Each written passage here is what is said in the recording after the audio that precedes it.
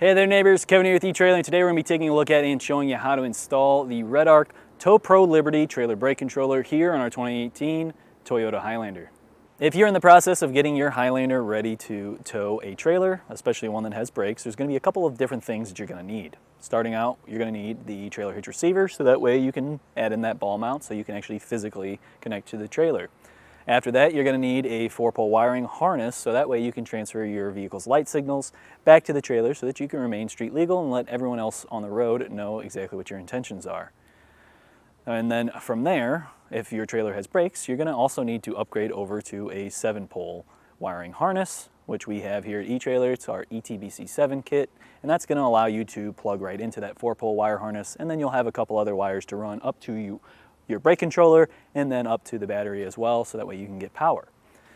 Now the final thing for this is going to be the brake controller itself, which there's a few different options.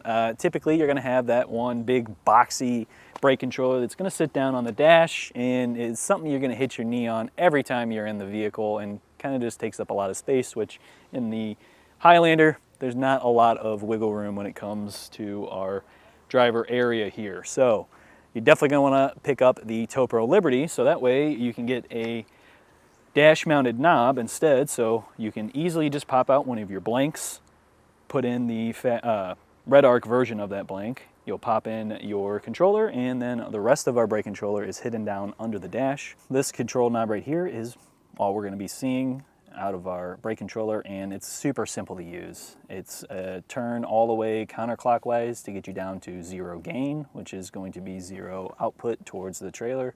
And if we need to raise that gain up so that way we send the correct amount of voltage, we're just going to slide this clockwise all the way up until 10. And obviously you'll need to kind of choose which setting is going to be the right one for your specific trailer setup and vehicle, but for the most part, what I like to start out is right in the middle, and then we can kind of go on a little bit of a test drive, figure out what's going to be the right amount of gain for us to use. Now, if we're in a sway situation where we're out on the road, what a lot of people think to do is slam on the brakes, but that's actually the opposite of what you want to do. What you want to do is keep going at the same pace and pull on to, or press on the little knob here, and you can see it light up red. And what's happening is it's only sending power to the trailer brakes, and our vehicle is going to keep going. So what's going to happen is it's going to want to pull the trailer straight back because it's wanting to stop. So that'll pull it back in line with our vehicle so we can keep tracking forward. Now the color isn't always easy to see during the daylight, but at nighttime the little numbers on there aren't going to be easy to see either. So Redarc thought of that as well.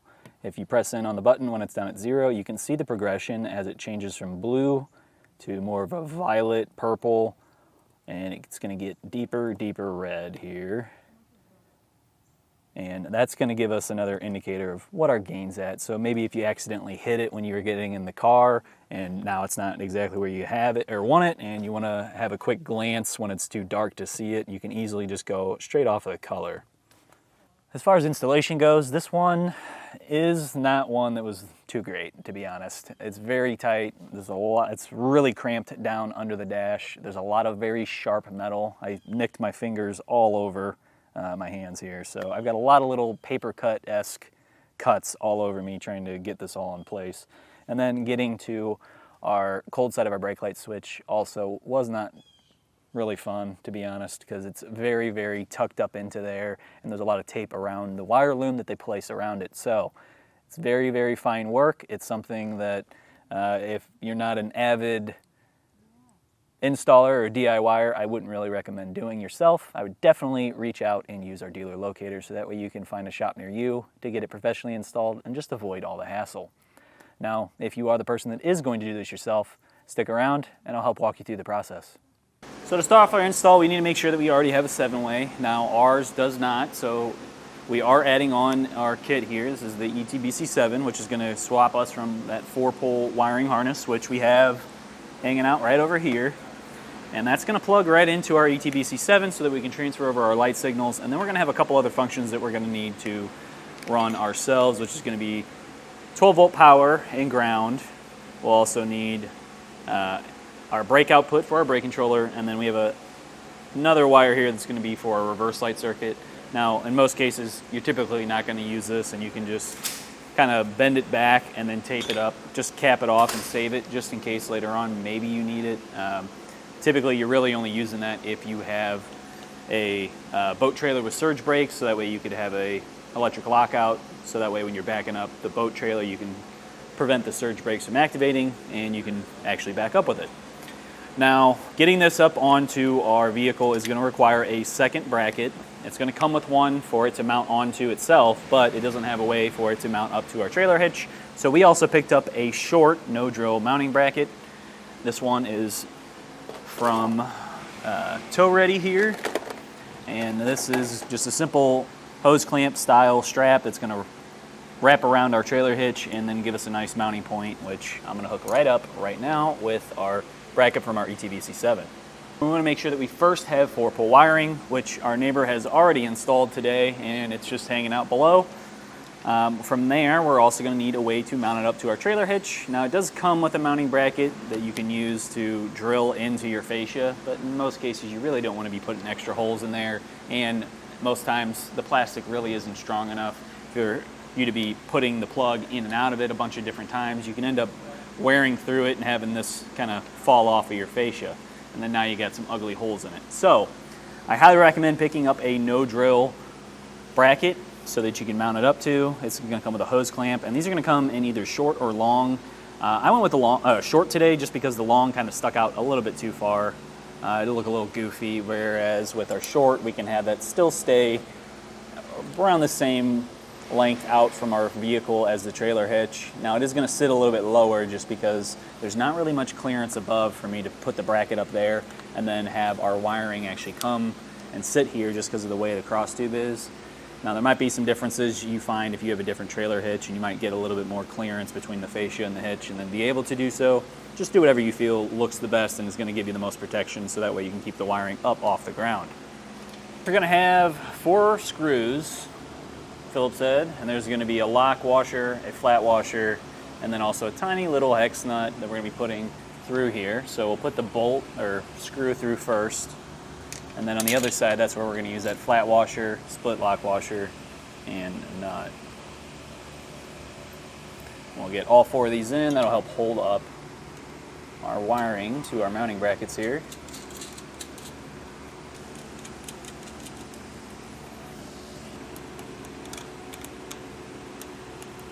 Now that we have that mounted up, we can take our 4-pole that's facing towards the 7-way, and that's going to have a little special tab on it that's going to match the cutout in our bracket, so we can just pop that right in. So that way you have a 4-pole and a 7-way that you can use, so that way you're not having to carry an extra adapter, just in case you tow multiple trailers. And I have cut off the regular butt connectors that come with our 7-way here, because I'm going to switch over to some heat shrink ones so that way we can be waterproof and not have to worry about anything getting corroded. And like I said, I'm also going to shove that reverse light circuit back in there, and I'll tape a little bit over that as well.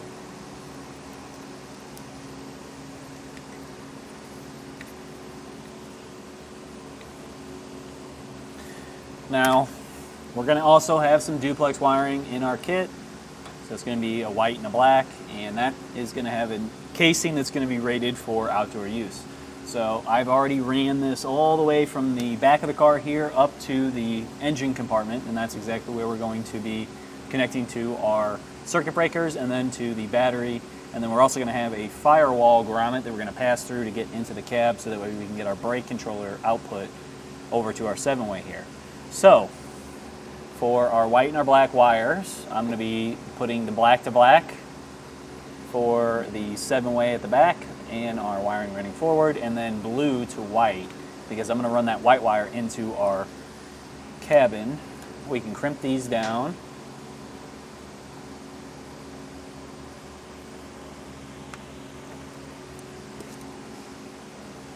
And then we'll come back with our heat gun and shrink the butt connectors as well.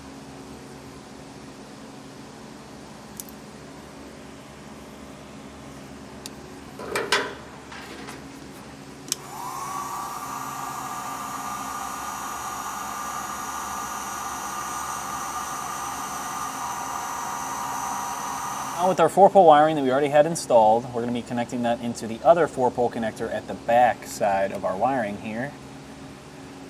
And then I'm going to snip off a Actually, yeah, that might be better.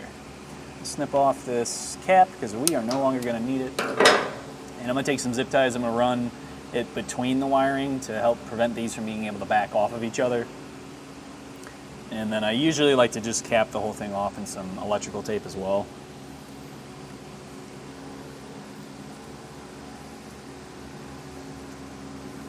Now we have our ground that we're going to need to put to some metal here. Now there really isn't much to go to. There's a pinch weld right here for the end of the frame rail, and I think what I'm going to do is go to that and we can just kind of make sure that our ground's good enough. Sometimes you might find you hit a certain spot and it's not enough, it's not a good enough ground.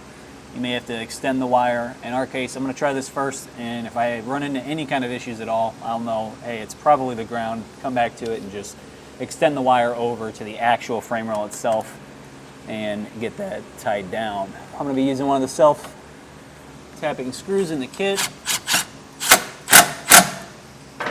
And I'm also going to take some of that wire loom that's included in our kit. I'm going to wrap that around here, or I may just duct tape it. I'll kind of play around with it a little bit. I really want to just get all of this wiring tucked as high up as I can. Make sure that none of it can get snagged on anything and potentially get tore. Now we can roll through how I ran all the wiring up to the front. Starting out, that pinch weld surface, there's a hole on that. I use that to kind of just help keep my wiring held up at the back here. And it comes straight across. There's some wiring right here at the body mount for the frame. And I zip tied onto that, came up over, and we come a little bit further.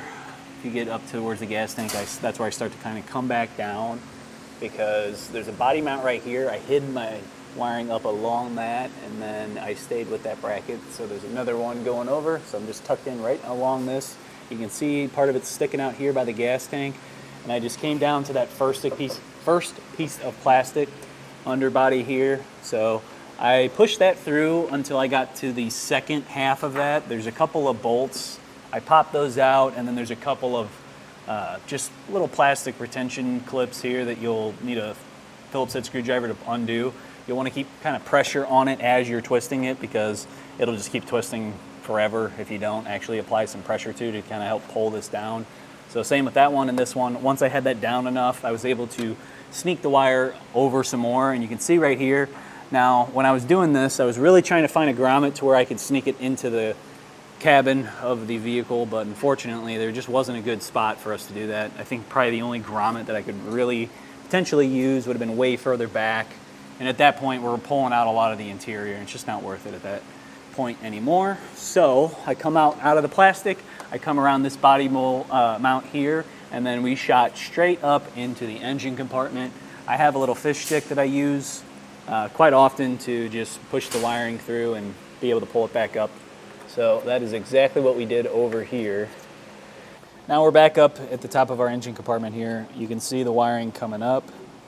And like I said, I kept it really tight to the firewall, and then just came up and I zip tied it to this hose. We're gonna have to run our circuit breakers, and I think the best place to do it is probably gonna be right here. Now we do need to be careful because the hood latch casing or wiring here is running right through this area too. So I'll probably push up on that when I shoot my screws in on just a little bit below it. And then from there, we do need to also run our wiring into our cab. Now, I've already gone and punctured a hole into one of the grommets in the firewall, and that is right back here. You can see these two hoses. I just went alongside it, and on the inside, you'll see metal hoses.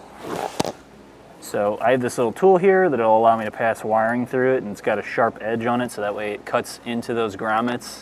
And then when I push my wiring in, it'll pop out on the other side.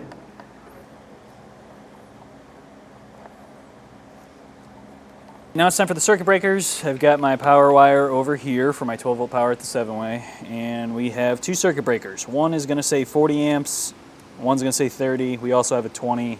The 20 is not going to be needed. The 30 is going to be needed for the brake controller that we're installing today. So that one is going to go for our brake controller output now, or sorry, power to our brake controller. Now the 40 amp one is for the 7-way itself. So what I like to do is I'll put two of them together and use that center mounting hole for both. I've already drilled a little hole here, so it'll make it a little bit easier of a process to get my self-tapper in there. And then now all I got to do is put self-tappers into the sides, and then we can start getting our connections made.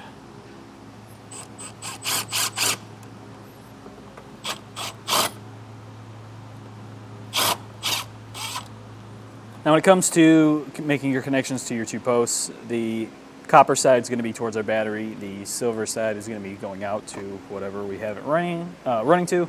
So I am going to go to that silver post for my first connection, and that is going to be the 12-volt power at our 7-way. So I'll take one of my smaller ring terminals.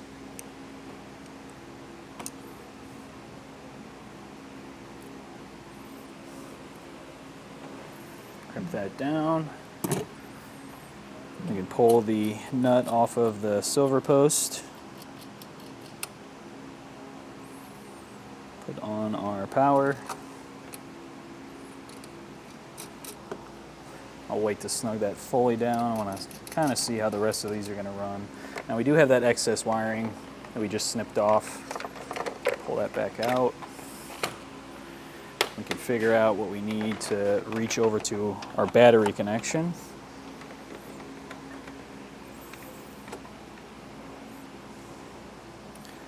Say about that long.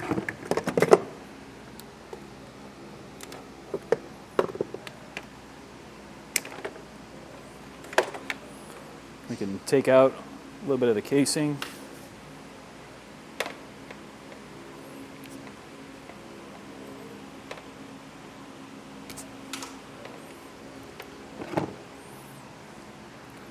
And one side will get a larger ring terminal, the other will get the smaller.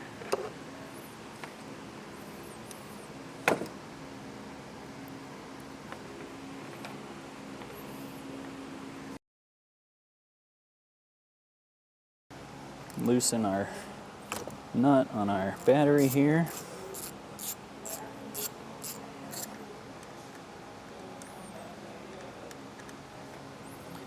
Up on our wiring.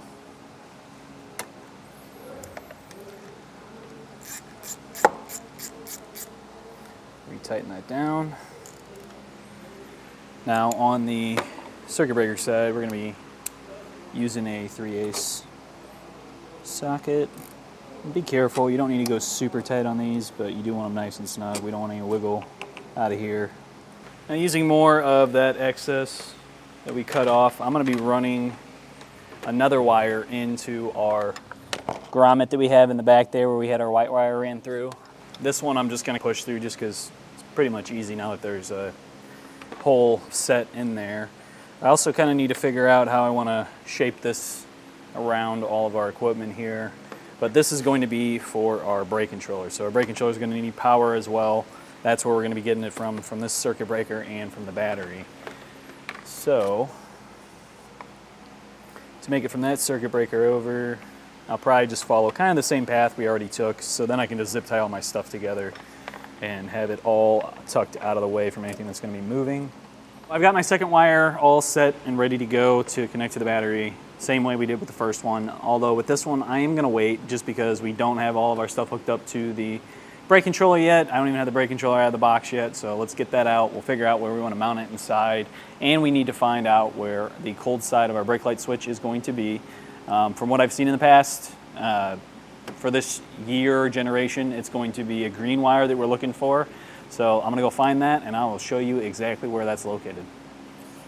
Down inside of our vehicle, what we're looking for is the brake pedal. When we go to the top of the brake pedal, there's a switch there, and there's a bunch of wires coming out. I've already found the brake light switch wire, which I can show you in just a sec, but I kind of wanted to go over how to get to that and to show you the inside of the grommet. So if you see over on the other side, that is where our wiring is coming through for the signal for our brake light, or sorry, not brake light, for our brake controller, and then also for power for our brake controller. Now back over to our wiring. This bundle was kind of hard to get into, so they taped it to this one. So I sat in here with my razor blade and slowly just cut the tape. I cut the tape that was over this wire loom, peeled all that back to where I could get to the wires, and it was the thickest green wire out of the bundle. Let me turn the car on and we can show you that that is the brake light switch. All right, now you'll see my test light should come on anytime that the brake pedal is being depressed. Second we let go, it turns off. And it tells us it's only getting power when the brake pedal is being depressed, which is exactly what we're looking for. Now in our kit, we're gonna have some quick splices. I'm gonna use that for my connection to the cold side of the brake light switch. So on our wire harness, it's gonna have 4 wires: power, ground, brake output, and then brake light switch. And that's gonna be our red. I'm gonna slide this into the side that has a closed end, and then the side where it's got an opening for us to slip the wire in is gonna be that green wire. And then this little metal piece right here is gonna bite into the wire casing and make a connection with the wire that's inside of it. So that way we have that signal coming across. So I'm gonna get in there and do this. It's unfortunately gonna just be too tight for us to both be in there at the same time. For our button, I'm gonna be using one of these 3 blanks here. Now I've looked behind there and it looks like even though this is a blank, there's a wire harness running into it. So I don't wanna use that one. This one is open and so is this one as well, but there's a little bit more stuff behind this one. So I'm gonna go with this guy right here so that way I know I don't have to worry about anything behind it potentially blocking me from being able to install my button. Now I'm just gonna use a little plastic trim panel tool here just to pop that out. You can see it's just held in with some clips. We'll have our blank. This is going to be the replacement for it. We'll pop in our switch from the back side just because it's not going to really fit right now. Right now it's blocked by the plastic that we have in our dash, so I'll come up from the back side, pop that in. But for this, we can just pop that right into place.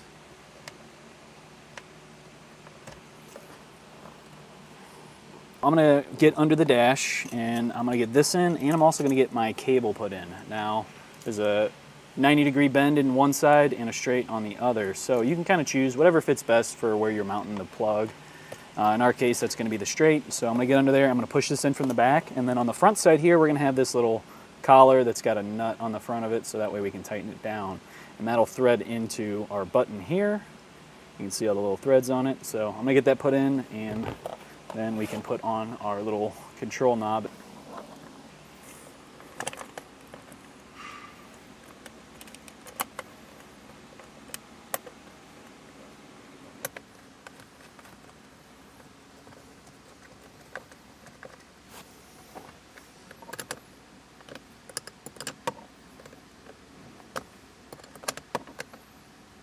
So I had this turned all the way to one side. So if you have it turned all the way counterclockwise, it should be at 0. If you turn it clockwise, it should run all the way up to 10, being our full brake output.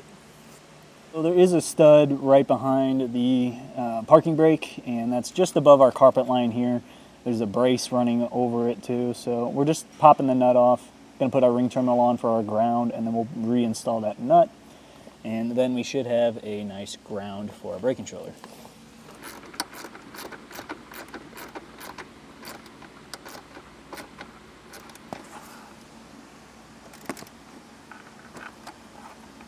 I've trimmed back the white wire here. I'm going to be using that for my brake output towards my 7-way, so that's going to go to the blue wire from our wire harness.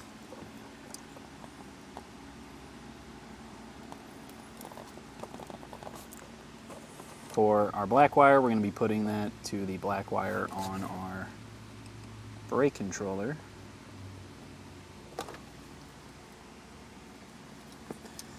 And that's going to be providing power to the brake controller so that it can operate. Now we need to get our main unit mounted up in place, and then we can plug in our connector and tie up all of our wiring here with some zip ties. You remember from before, we had our circuit breakers. We have a 40 amp one for our 7-way that we installed, and then we have a 30 amp one for our brake controller. We've got the power wire that ran through the firewall over to our main unit, and over on the other side here with the copper post, that needs to run down to our battery. So I have it all ready to go. It's just a little strip of the wiring, the extra that you have left over. I snipped it off, use that as a jumper to run from our circuit breaker over to our battery, and I'm going to use a 12mm socket to get the nut loose here. Pop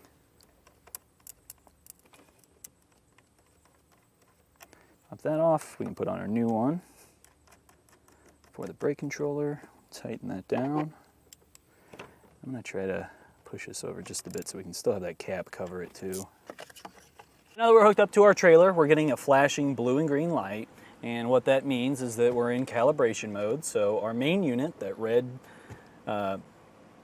control module that we zip tied up under the dash, is going to need to figure out what its orientation is, because it has an internal inertia sensor, so that way it can provide proportional braking power to how we press down on the pedal. So if we are pressing down super hard, it's going to want to give us that same proportional braking power to our trailer brakes. Now when it's maybe a lighter touch and we don't really need all that braking power, it's going to sense that it's a slower deceleration, and then it's going to provide that same equal proportional style braking back to the brakes on the trailer.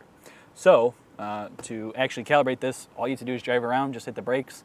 Typically only takes maybe a couple of minutes to do. To be honest with you, I've had most of these calibrate before I can even get over to the other side of our lot where we usually do our test driving and braking. So what we're looking for is just that light going to a solid blue, and then once we press on the brakes or we press on the button here for the manual override, you'll see that switch over to a red. So with all that being said, we're going to hop in and we're going to take this out on a test drive and get our brake controller calibrated.